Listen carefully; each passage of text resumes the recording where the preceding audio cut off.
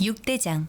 신선한 양지, 건강한 대파, 오래 끓인 사골 육수. 육개장 한 그릇에 온 힘을 다하니까 건강하다.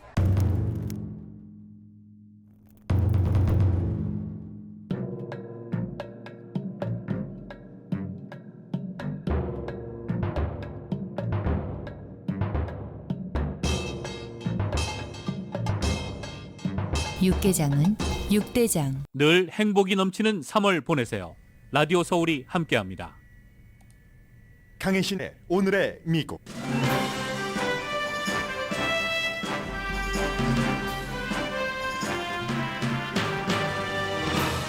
(2월에) 소비자 물가가 한 달 전에 비해 급격히 올랐지만 1년 전에 비해서는 누그러졌습니다.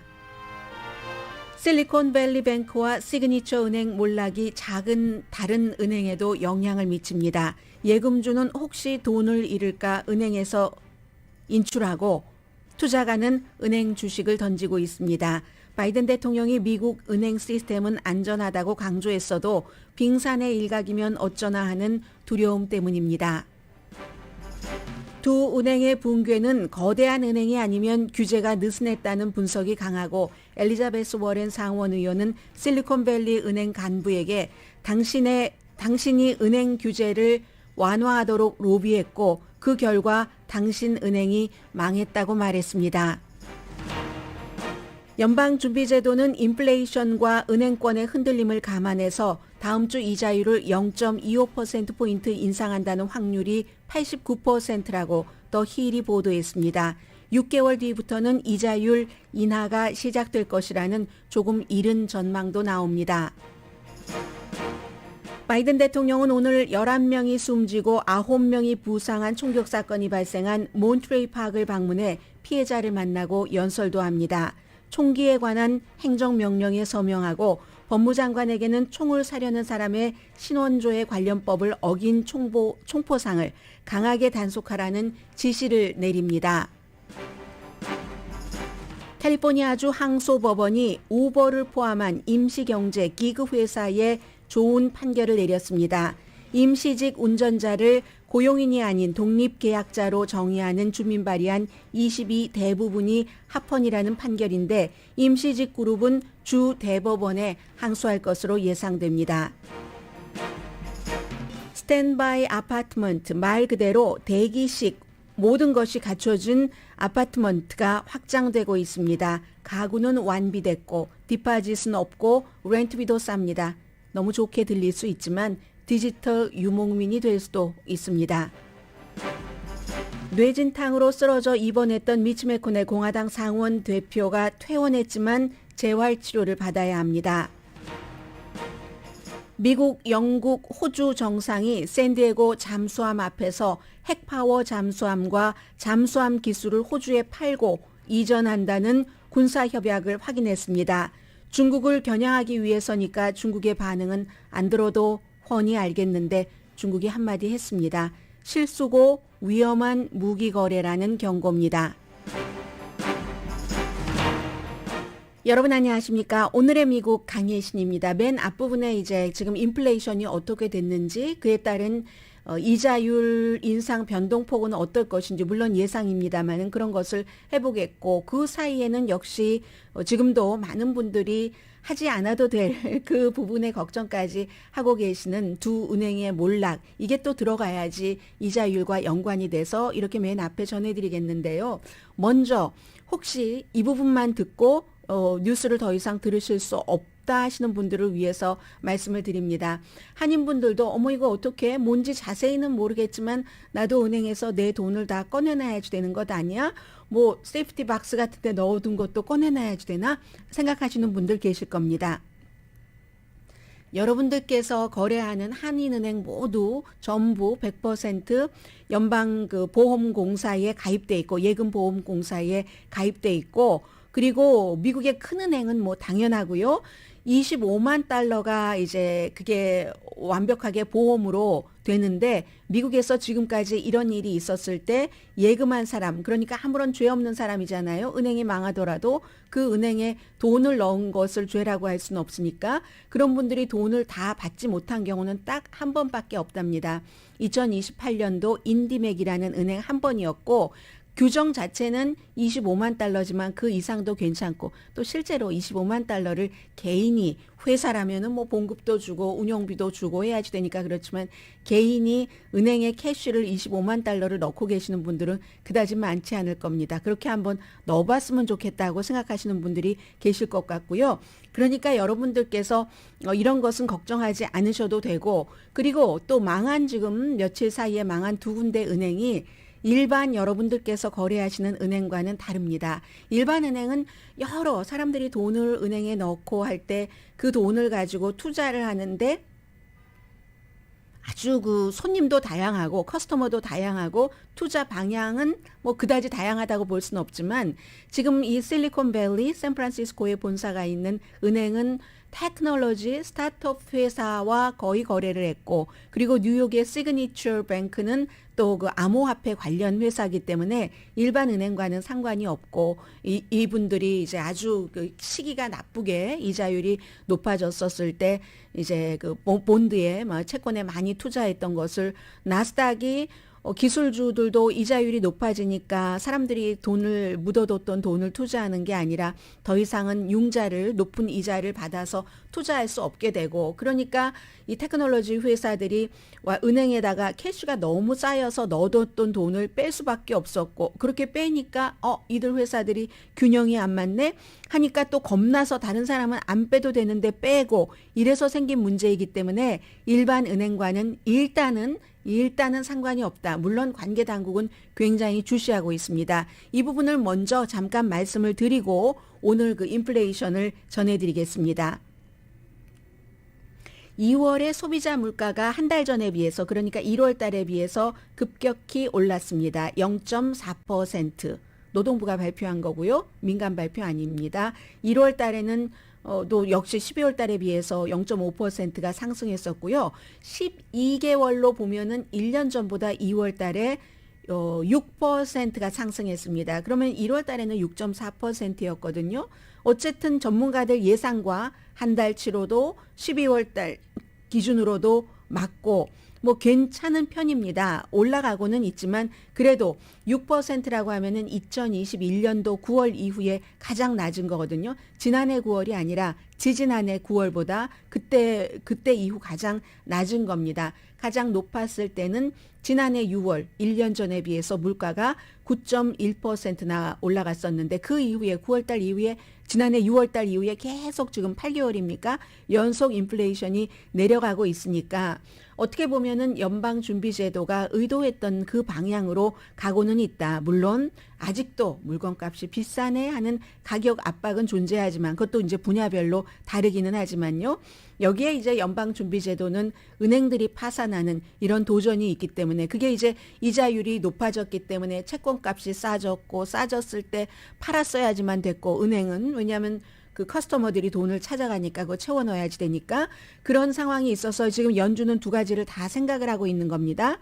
조금 더 구체적으로 인플레이션 물가 상승을 보면은요. 식품과 에너지를 뺀 핵심 물가 지수는 지난달에 0.5%가 올랐습니다. 1년 전보다는 5.5%가 올랐습니다. 이게 이제 연방준비제도가 목표율로 잡는 2% 인플레이션 기준이 바로 이거거든요. 아주 그 변동이 많은 에너지와 식품은 빼고 자동차와 트럭 값은 또 내려갔네요. 그런데 제일 중요한 게 주거비 이 부분은 이제 9시 35분에 새로운 그 주거 형태도 말씀을 드리겠습니다만은 주거비가 렌트비를 포함해서 계속 올라갔습니다. 지난달에 0.8%, 1월 달에도 0.7%가 올라갔습니다. 물론 이 부분은 지금 아파트먼트가 전국에서 제법 많이 신축되고 있기 때문에 앞으로 몇 개월 안에 나아질 것이다. 렌트비는 이런 전망들도 많이 있습니다. 그래서 민간 데이터는 오히려 이 분야 렌트비는 줄어들었다 하고 나오는 것도 있습니다. 그러면 어떤 분야는 인플레이션 물가가 상승되고 어떤 분야는 그렇지 않느냐. 가장 구분을 지을 수 있는 것은 요즘 계속 말씀드리는 서비스가 들어가는 인건비가 들어가는 분야는 오릅니다. 식당, 밥값 얼마 전에 올렸는데 또 올려야지 되는 상황이 많습니다. 그 캘리포니아만 그런 게 아니라 뭐 텍사스 같은 캘리포니아주보다 물가가 싼 곳도 그러고요. 그러니까 여러분들 한인 식당에 가서 이거 왜 이렇게 비싸졌어 하지 마세요. 미국 식당 가면 뭐 밑반찬도 하나도 안 주면서 훨씬 더 비쌉니다. 노동력, 인건비가 들어가야지 되기 때문에 오늘의 미국도 수라원도 있고 쌈도 후원을 해주시고 하는데 그 밖에도 굉장히 많은 식당들이 있잖아요. 그런 분들이 올리고 싶어서 올리는 게 아닙니다. 인건비 오르죠. 게다 대고 식당은 재료비도 있어야지 되는데 재료비 인건비가 같이 오르니까 제일 그 힘드신 분야일 것 같고요. 자동차 보험도 0.9% 올랐습니다. 식당 밥이 지난달에 0.6% 상승했네요. 호텔 역시 인건비 많이 들어가죠. 2.3%.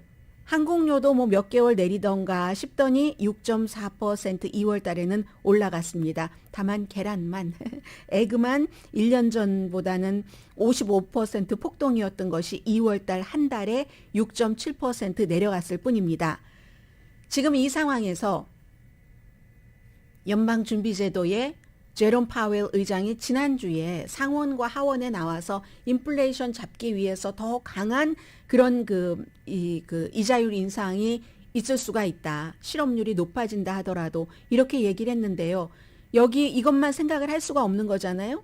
은행 문제가 딱 있기 때문에 사람들이 두려움이라는 것이 가장 커다란 겁니다. 두려워서 여기저기서 은행에서 전혀 안전한 은행인데 실리콘밸리 뱅크라든가 시그니처 뱅크와는 상관없는 비즈니스로 운영하는 곳에서도 돈을 뽑아간다면 그러면 미국 경제 망가지고 세계 경제 망가지고 뭐 한국을 포함해서 홍콩, 유럽의 주식시장 어제 엉망진창이었잖아요. 그렇기 때문에 연방준비제도로서는 그것도 생각을 할 수밖에 없어서 지금으로서는 0.5%가 아니라 0.25%포인트 인상일 것이다. 이게 연방준비제도의 알고리즘을 쭉 보면은 그렇답니다. 예측 알고리즘을 보면은 89% 거의 90%가 0.25%포인트일 것이다. 힐이 예측을 했습니다. 아예 중단을 예측하는 사람도 있어요. 이번에는 골드만삭스의 수석 이코노미스트 얀 하치어스 씨가 그런데 만약에 그럼 이달에 중단하고 나면은 5월 달에 이제 다시 올린다 하는 그런 생각도 있는데 아직 정확한 것 같진 않아요. 다만 0.5%가 아닌 0.5%보다 낮을 것이라는 것, 0.25%라는 것에 거의 지금 무게중심이 쏠려 있고요. 연방준비제도도 다른 은행들도 이 같은 사태가 일어나지 않을까 하는 것을 막기 위해서 재무부가 지원하는 새로운 대출기관을 설립을 했습니다. 그러니까 위험한 일이 있을 때 은행이 쉽게 대출을 받을 수 있도록 하는 이런 방안을 지금 이번에 두 은행 사태로 내놨고요. 아무튼 그래서 연방준비제도가 21일, 22일이 그 공개시장위원회를 하니까 그때 이자율 인상 여부가 발표가 될 텐데 아무튼 강력한 이자율 인상 시대는 이제 끝난 것이 아닌가. 이건 월스트리트저널의 보도입니다. 그리고 이런 점은 있겠죠. 작은 은행 같은 경우는 지금 여러분들께서 스몰 비즈니스를 하신다던가 하면은 그 은행의 재정을 좀 강하게 만들기 위해서 그래서 이제 대출을 어렵게 할 가능성도 있고요. 왜냐면 어제도 무슨 뭐 퍼스트 퍼시픽 뱅크 이런 많은 은행들이 영업이 일단 중단되고 뭐 이런 일들이 있었기 때문에요. 그런 일이 있습니다. 어쨌든 2008년도에는 구제금융을 해서 이 세계 금융 사태를 막았었는데 미국이 막 이런 거 무너지고 저런 거 무너지고 본인들도 알지 못하는 파생 상품 나오고 부동산 관련 그랬을 때요. 지금은 이건 구제금융은 아닙니다. 사람들의 그 세금, 직접적인 세금으로 이 두 은행에 입금을 했었던 모든 사람들 25만 달러 훨씬 넘는 뭐 5억 달러 넣고 하는 그런 스타트업도 있지 않겠어요? 그런 것도 다 지금은 일단 보장을 해줍니다. 그러니까 여러분들의 돈은 안전하고 연방보험공사가 지금 얼마 갖고 있나요? 10억, 100억, 1250억 달러를 일단 갖고 있다고 하니까 그런 것은 있는데 그래도 뭐 패닉 갖고 계시는 게 너무 당연하다고 패닉 상태인 것이 돈도 특히 많으신 분들은 은행이에요. 그런 것은 패닉 상태인 게 합리적이라고 볼 수 있죠. 합리적인 반응이라고 볼 수 있는데 지금 시그니처 뱅크와 이 실리콘밸리 뱅크 이 부분을 조금 더 말씀을 드리겠습니다. 여러분들께서 앞으로도 계속 뉴스를 들으셔야지 되기 때문에요. 원래 예전에 그 워싱턴 뮤추 예전도 아니에요. 2008년도에 가장 큰 그 은행의 파산, 은행의 붕괴가 워싱턴 뮤추얼이고 두 번째가 실리콘밸리 뱅크잖아요. 세 번째가 시그니처 뱅크고 그 워싱턴 뮤추얼이 사람들이 막 뭐가 이상해, 수상해 하고 나서 돈을 빼갈 때 열흘 동안에 167억 달러를 빼갔습니다. 2008년도에는 열흘 동안에 167억 달러. 그런데 실리콘밸리 뱅크는요. 지난주 목요일에 뭐 CNBC가 좀 이상해 하는 그 하루에 420억 달러. 몇 배예요? 420억 달러를 빼갔습니다. 이게 여러 가지 이유가 있지만 세상의 모든 게 속도가 되니까 지금은 이제 은행도 전부 그 휴대폰 같은 것으로 거래를 하고 하니까 그런 것도 있을 수 있고 아무튼 그런 일이 있는데 결국은 이게 미국의 은행 재정 시스템의 몰락인가? 우리 은행 괜찮아? 라고 생각하시잖아요. 재정 시스템의 몰락이라고 보는 사람은 없습니다. 다만 이 두 은행이 사업을 잘못했기 때문에 이런 일이 터졌다. 그래서 엘리자베스 워렌 같은 사람이 두 은행 모두 규제 약화시켜주도록 굉장히 로비를 했었던 은행이거든요. 나는 내 예측이 틀리길 바랬는데 그렇게 로비하더니 결국은 망하고 마는구나. 본인들이 원했었던 것이 그것이라는 것을 모르고 은행의 그 로비를 그렇게 은행 규제를 완화하라고 하더니 굉장히 강화했으면 이런 일은 안 나왔을 확률이 높죠. 이건 이제 정책 위반자들도 잘못한 거고 특히 엘리자베스 워렌 의원은 하버드 대학교 그 상법 전문 교수였었고 굉장히 진보적인 민주당의 연방 상원 의원이고 기업은 사람이 아니다라고 강조를 하는 사람이고 이 프랭크 다드법 같은 금융사태 있고 나서 오바마 때에 만들어진 굉장히 은행을 강하게 규제하는 이것을 초안해서 만든 사람입니다. 그러니까 옆에서 버니 샌더스 같은 상원 의원도 마찬가지 입장이었고 어제도 역시 마찬가지 주장을 했습니다. 그렇게 트럼프 시대에 규제를 약화시키더니 이런 일이 터지네. 사람들을 두려움에 빠지게 하네. 그에 비해서 공화당은 뭐라고 얘기하냐면 아니 왜 그 은행이 잘못해서 그러는데 구제금융을 주느냐. 구제금융은 아니거든요. 일단 정치적인 공방이라고 보시고 한 귀로 흘리시면 됩니다. 미국 은행 구조에 결함이 있다는 것을 지금 인정을 해야지 된다 하는 얘기가 여기저기서 들립니다. 어쩌면 실리콘밸리 뱅크 SVB가 은행 이 손님들에게 커스터머에게 줄 충분한 자산이 있을 겁니다. 다만 오래 둬야지 된다는 거죠. 이게 현금으로 인출하지도 않았는데 이제 은행에 있는 돈을 채권을 샀는데 그 채권을 비쌀 때 사서 지금 너무 떨어졌으니까 가치가 아주 낮아져서 그렇지. 그러나 이게 오래되면은 그 충분한 가치가 있을지도 모릅니다. 그렇지만요. 어제 바이든 대통령이 얘기한 대로 은행 커스터머는 내가 원할 때 돈을 넣고 내가 원할 때 돈을 뽑는 거죠. 그걸 뭐 은행이 지금 뭐 채권에 투자한 게 채권값이 내려가니까 은행의 채권이 올라갈 때까지 내가 기다려줬다가 인출을 할 수는 없는 거잖아요. 그런 문제인데 그렇기 때문에 항상 예금주에게 충분히 돌려줄 수 있는 뭔가를 보유를 해야지 되는데 이 법이 트럼프 시대에 약하게 됐다 이런 얘기를 하는 겁니다. 그래서 은행에 대한 믿음을 잃어버릴까 봐 지금 재정 전문가들이 굉장히 걱정을 하고 있는 거고요. 만약에 자산을 매각을 다 하고 나더라도 그 사람들에게 줄 만한 돈이 충분하지 않다면 아무튼 정부에서는 보장을 한다고 했으니까 그렇다면은 어떻게 해야지 되냐면 연방예금보험공사가 있잖아요. 관장을 하는.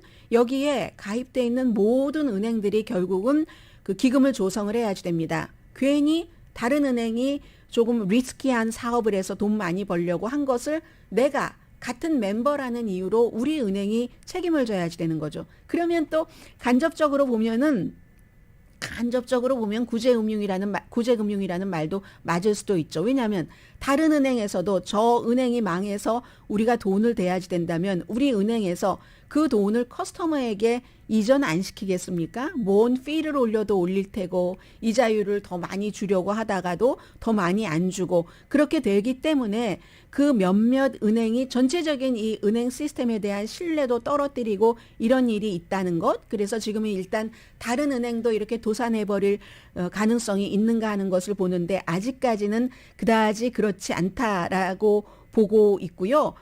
이 그 실리콘밸리 뱅크가 뉴욕의 시그니처 뱅크보다는 조금 크긴 하지만 아주 크긴 해요. 크기는 하지만 그렇다고 완전히 우리가 알고 있는 큰 은행, 뱅크 오브 아메리카, 무슨 뭐 체이스 이런 식으로 그 정도로 크지는 않다는 얘기잖아요.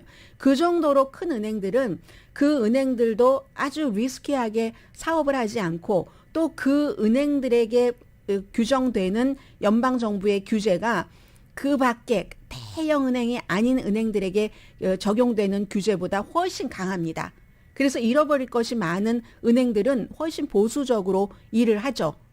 이 돈을 다루는 데 있어서. 그리고 트럼프가 지금 텔레비전 앞에 보이는데 트럼프가 아주 큰 은행이 아닌 뭐 중간 아니면 크기는 큰데 거대한 은행은 아닌 그런 은행에 대한 규제를 줄여놨다 하는 겁니다.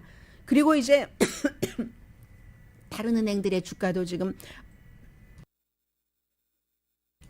많이 내려가고 있는데요. 그것은 이렇게 뭐 한 군데다가 장기적으로 막 이렇게 투자를 은행의 투자도 그렇게 할 때는 채권에 묻어두는 것이 위험하구나.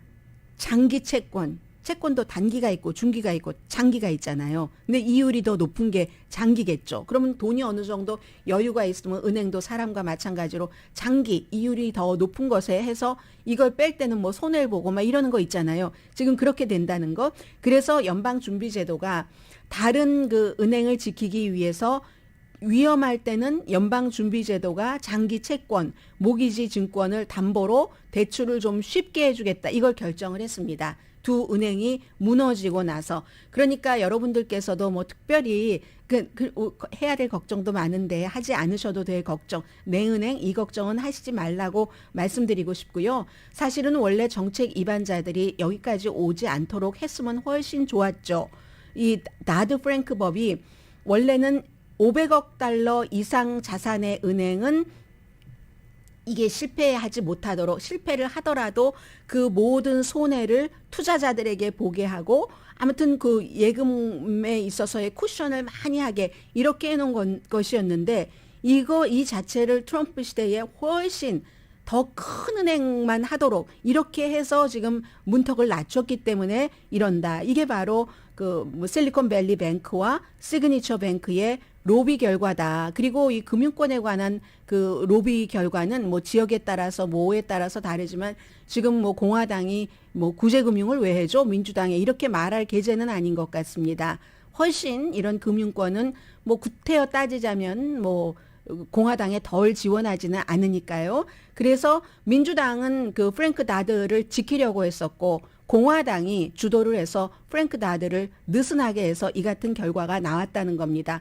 그리고 도덕적인 해이도 많았죠. 심지어 그 지금 이제 고소를 이미 당한 실리콘밸리 뱅크의 CEO들도 그런 일이 있었을 때 본인들의 돈을 이렇게 다른 곳으로 빨리 이체를 시키고 이런 것들도 뭐 드러났잖아요. 이게 뭐 꼭 위법 상황은 아니더라도 도덕적인 해이라고 말씀을 드렸습니다. 이자율이 여기에 다시 연결이 되는데 결국은 이자율을 급하게 인상하지 않을 유일한 이유를 월스트리트저널은 수없이 얘기를 했었습니다. 금융위기가 있을 때만 아마 연방준비제도는 급한 이자율 인상을 멈출 것이다 했는데 지금 그때가 온 거고요.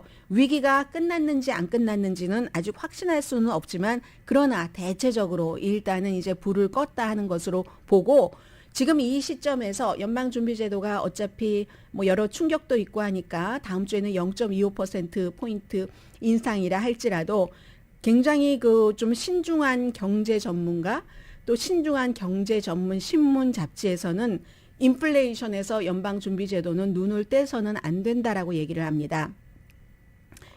일단 그 은행 시스템이 괜찮으니까 경기 둔화도 없을 테고 뭐 확 도미노처럼 무너지는 그런 것도 없을 테고 그럴 때에 왜 대출기관에 은행의 이익을 연방준비제도가 보호를 해야지 되는가? 그건 연방준비제도의 역할이 아니다라고 얘기를 하면서 정책 위반자가 지금부터 해야지 될 일이다라고 얘기를 하고 또 뉴욕타임스는 이런 지적도 하던데요. 오늘 브레이크가 자동차에서 고장이 났다면 브레이크만 고치면 됐지. 그걸 전반적으로 자동차를 다 부품을 바꿀 필요는 없잖아요. 지금 두 군데 은행이 그렇게 해서 거기 일단 막았으니까 그리고 나서 그 자동차를 타고 다니면서 그 자동차에서 이제 다른 부분들을 고쳐야지 될 거, 인플레이션 이런 것을 막아야지 뭐 자동차를 확 바꿀 필요는 없다. 뭐 이런 얘기를 아무튼 하고 있고요.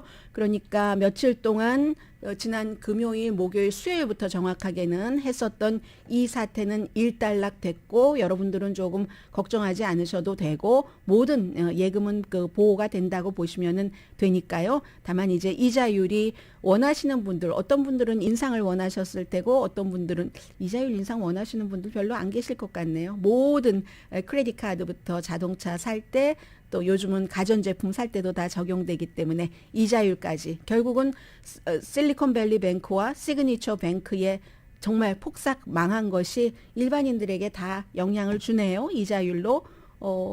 이자율이 낮은 게 좋다고 생각하시는 분들이 많으실 것 같아요. 지금으로서는.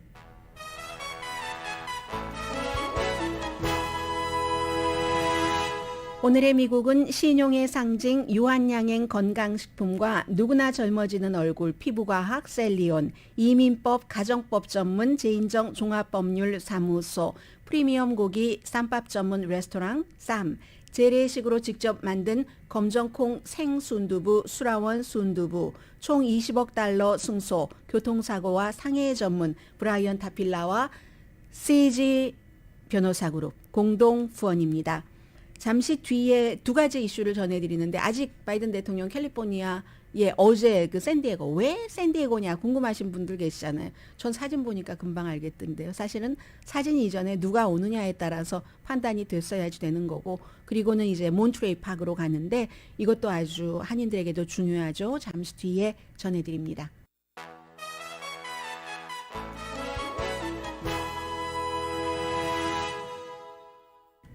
라디오 서울방송 오늘의 미국 듣고 계십니다. 바이든 대통령이 이제 오늘 행정명령에도 서명을 하고 또 법무장관에게 지시도 하는데 이 모든 것이 총기 관련입니다.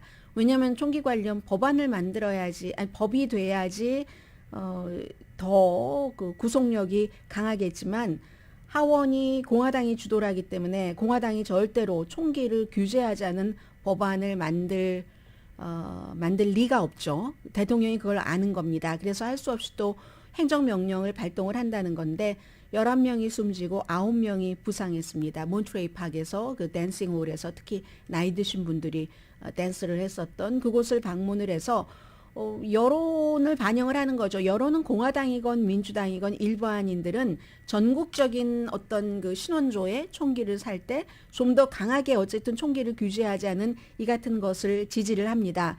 총을 사기 전에 이 사람이 전과자인지 특히 이제 뭐 가정폭력이 있는지 이런 것을 지역에 따라서 다 차이가 있지만 캘리포니아주도 다른 주에 비해서 총기 규제법이 강한 편이긴 하죠. 강하면 뭐합니까? 이렇게 몬트레이 파크에서 이 같은 사건이 벌어지는데 왜냐하면 전국적으로 통일된 것이 없고 총기도 캘리포니아주에선 강하지만 다른 주에서 사서 무슨 소아밋 같은 데서 사서 그래서 이제 들여올 수도 있고 하기 때문에 통일된 게 없으면 미국처럼 50개 주에서 연방법 따르고 주법 따르고 어떤 것은 편리하고 합리적이지만 이런 것은 통일돼야지 되는 거죠. 사실은 이민법처럼.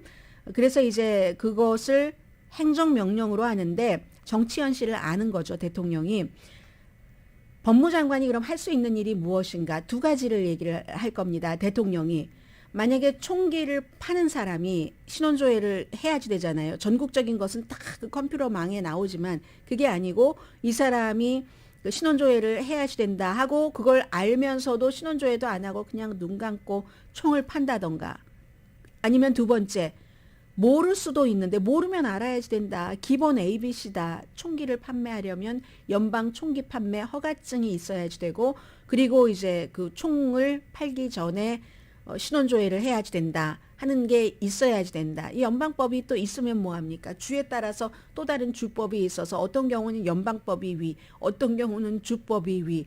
분명하게 모든 주에서 연방법이 위인 것도 있기는 있습니다. 이민법처럼. 그러나 주에 또 재량권이 있기 때문에 아무튼 그래서 대통령이 의지를 보여주는 거죠. 법무장관에게 뭐 사전에 신원조회 같은 것 하지 않고 총기를 팔았다 하면은 강하게 단속을 해라 하는 얘기입니다. 그리고 바이든 대통령이 중국을 겨냥하면서 참 미국적이라고 생각했습니다. 호주에 미국 핵 능력 잠수함을 팔고 있습니다. 물론 기술도 이전해 주는데 미국도 기술 이전 거의 안 하는데 예전에 이 핵 기술의 경우는 영국에 뭐 그것도 뭐 58년인가요? 50년대에 한 번 이전을 했다고 하는데 요즘에 이제 미국이 무슨 삼성과 뭐 여러 가지 반도체 이런 거 탈 때 지원은 하되 조건에 들어가는 게 많잖아요. 삼성 뭐 반도체 공장을 견학하게 해달라든가 이런 것 때문에 한국에서는 있을 수가 있는 일이냐, 도둑놈이야 미국은 이렇게 얘기를 하는데 미국이 일단 기본적으로 이제 세상이 많이 변하고 시스템이 바뀌기 때문에 또 해석의 차이도 있는 것이고 그래서 미국은 호주에 일단 핵 잠수함 기술을 이전을 하는데 왜 미국적이라고 말씀드렸냐면 그 모든 것을 이전해 주기 전에 일단 기본적으로 적어도 석대는 미국의 핵 능력 뭐 핵 잠수함이라고 꼭 그걸 핵 잠수함으로 무기로 쓰겠다는 것은 아니고요. 핵 파워 잠수함을 적어도 석대는 사야지 된다. 얼마나 비싸겠어요, 그게. 그래서 샌디에고에 간 겁니다.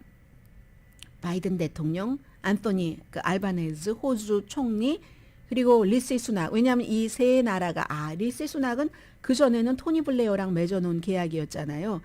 그 프랑스와 원래 호주가 뭘 하기로 했는데 그건 전기 기반이고 뭐 일렉트로닉 기반이고 일렉트로닉보다는 아무래도 뉴클리어 파워, 핵 파워가 더 강하지 않겠어요? 호주도 왜냐하면 중국을 지금 생각을 하고 있거든요. 그래서 바로 미국 함대 미주리, USS 미주리 그 앞에서 새로운 챕터를 발표를 하는 겁니다. 세 나라가 새로운 핵 잠수함 협정 세 나라 이름을 따서 맨 앞에 이제 호주를 땄네요. O, 그 다음에 UK, 뒤에 US에서 오커스. 이게 그래서 나오는 겁니다. 호주와 영국과 이것을 18개월 전에 서명을 하고 3국이 파트너십으로 여기도 또 인도 태평양 시대가 들어갑니다. 그 지역에서 중국의 군사 파워에 맞선다는 겁니다. 지역 안보를 위해서. 호주는 뭐 당장 그 지역이니까. 미주리, USS 미주리가요. 1908년도에 샌프란시스코에서 시드니로 한번 갔었답니다. 1908년이니까 1차 대전. 그리고 지금 이제 또 하나는 1945년도 일본의 항복을 받아낼 때 이 정도였었는데 아무튼 결국은 호주가 핵 잠수함을 만들 수 있도록 기술을 공유한다는 건 아주 드문 스텝인데 미국이 핵 기술을 지금 호주와 공유를 한다고 하니까는요. 아무튼 미국과 영국은 1959년이었네요. 58년이 아니라 미국이 영국에 이 핵 기술을 줬습니다.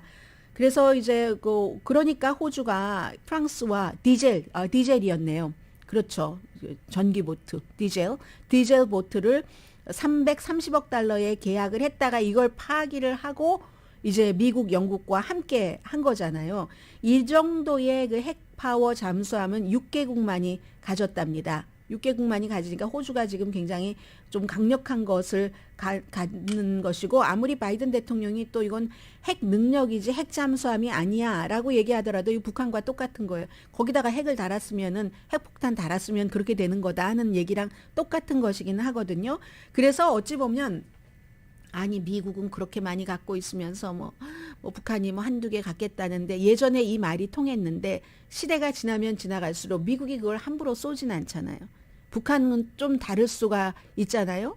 호주도 함부로 그걸 쏘겠습니까? 뭐 예를 들어서 그렇기 때문에 핵 파워다라는 것을 강조하는 게 조금 뭐 일리가 있다라고 생각은 되고 호주도 뭐 잠수함이 지금 한 30살 정도는 됐답니다. 호주가 갖고 있는 잠수함들이. 그래서 뭐 2030년 정도 되면 그 정도 되면 몇 년 있으면 은퇴해야 되잖아요. 잠수함도.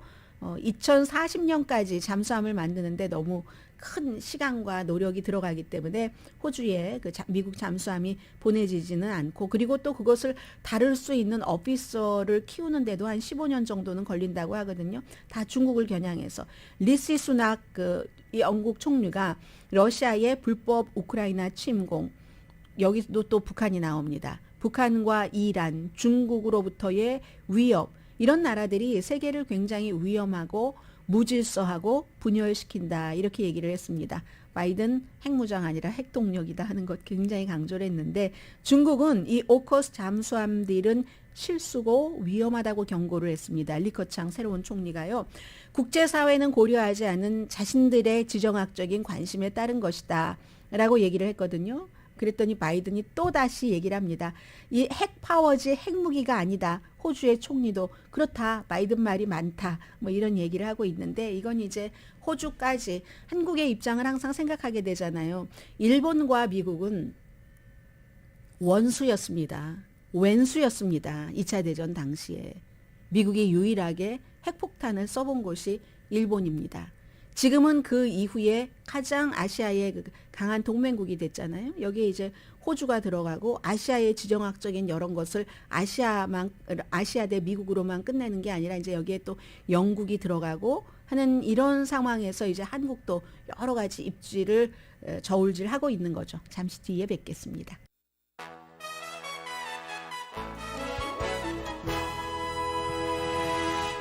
라디오 서울 방송 오늘의 미국 듣고 계십니다. 네, 오늘도 뭐 주식시장은 다우지수 뭐 그린이긴 한데요.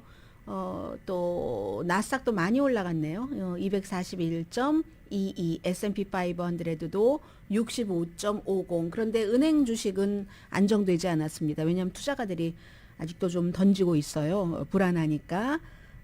이 문제는 이제 앞서 말씀드린 것처럼 좀 의회에서 해야지 될 일이 있는 것 같고요. 지금 하원은 의회가 이번 주 내내 쉬기 때문에, 그런데 또 해외의 반응도 어제보다는 오늘 조금 나아지겠죠.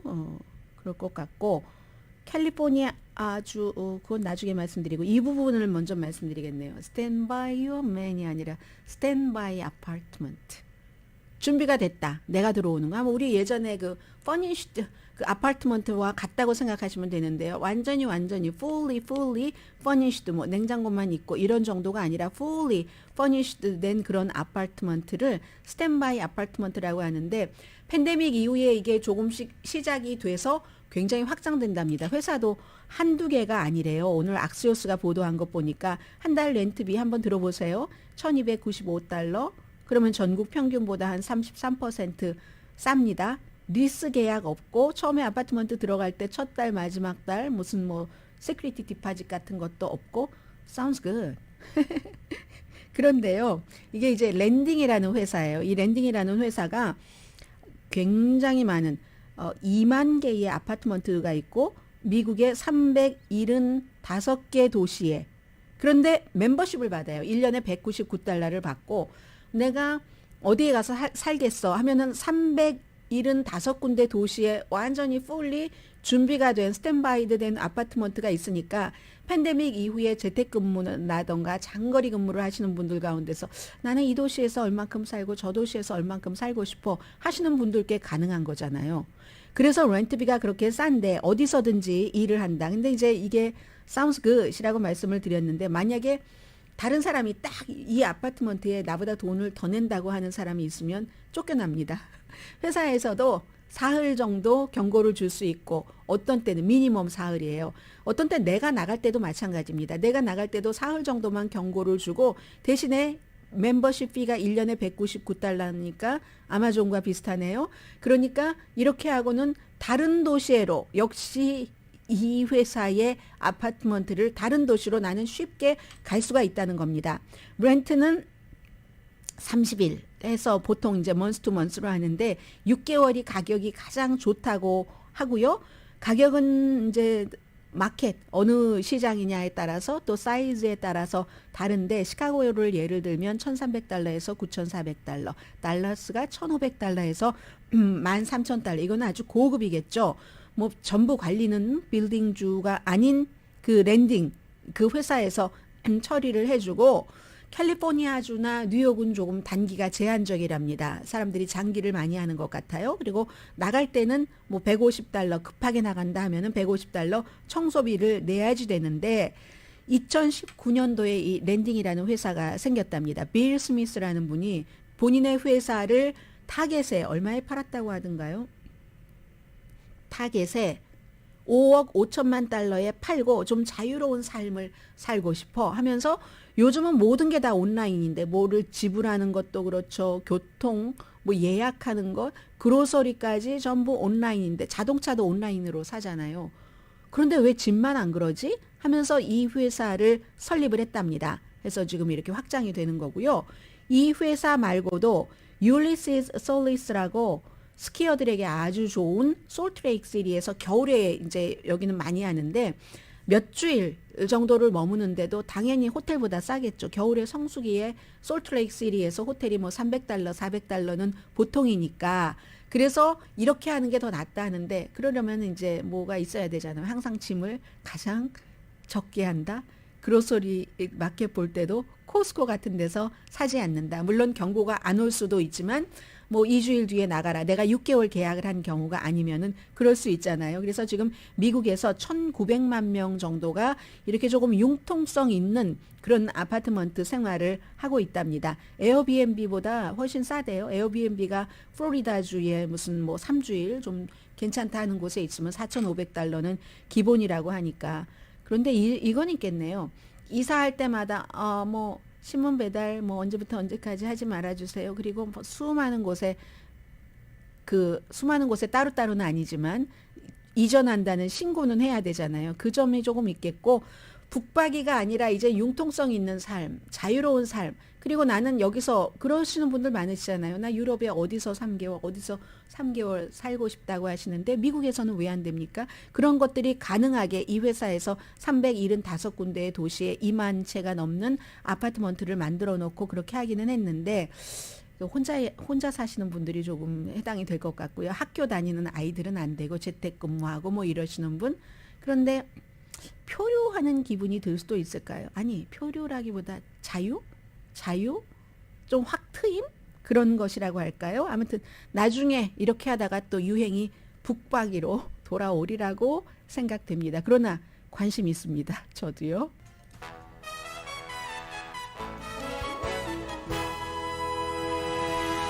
라디오 서울 방송 오늘의 미국 듣고 계십니다. 캘리포니아 주민 발의안 22 기억나세요? 2020년에 여러분들 투표하셨는데요. 지금 기그 제가 앞서서는 우버 드라이버만 말씀드렸습니다만은 여러 그런 그 경제활동, 임시직 경제활동을 하는 사람들을 과연 계약자로 해야지 되는가, 고용인으로 해야지 되는가 해서 이것은 이제 그 독립계약자로 하는 것.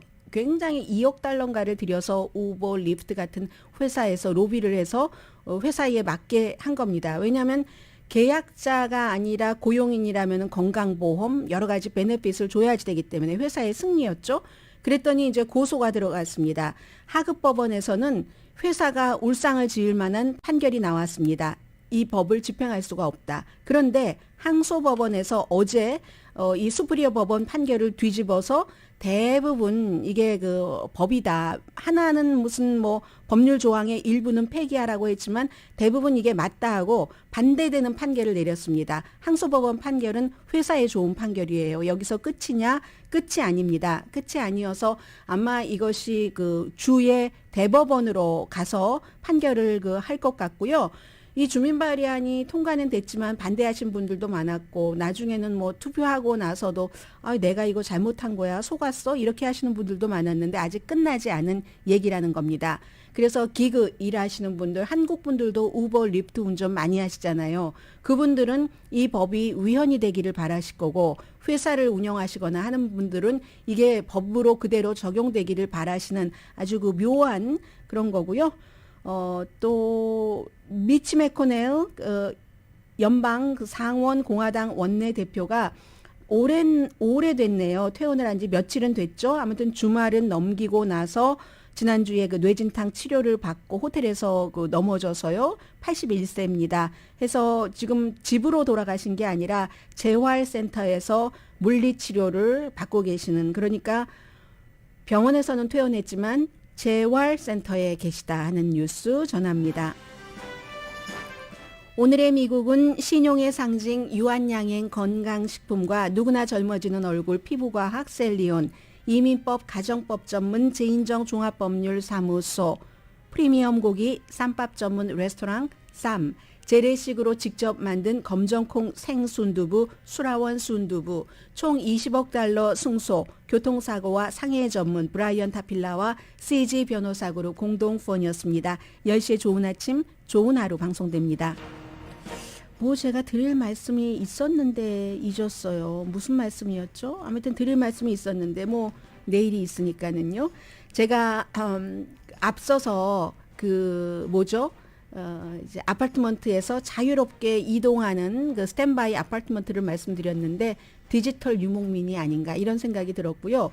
오늘 그 뉴욕타임스 보니까 캘리포니아주에 78만 8천 달러짜리 집이 나왔는데요. 게르네빌이라고 샌프란시스코에서 뭐 몇십 마일 떨어졌다고 하고 주말 별장으로 많이 쓰이는데 아주 그 근사해 보였거든요. farm to table 다이닝도 있고 스퀘어 핏당 589달러니까 비싼 편 아니죠. 캘리포니아주에서.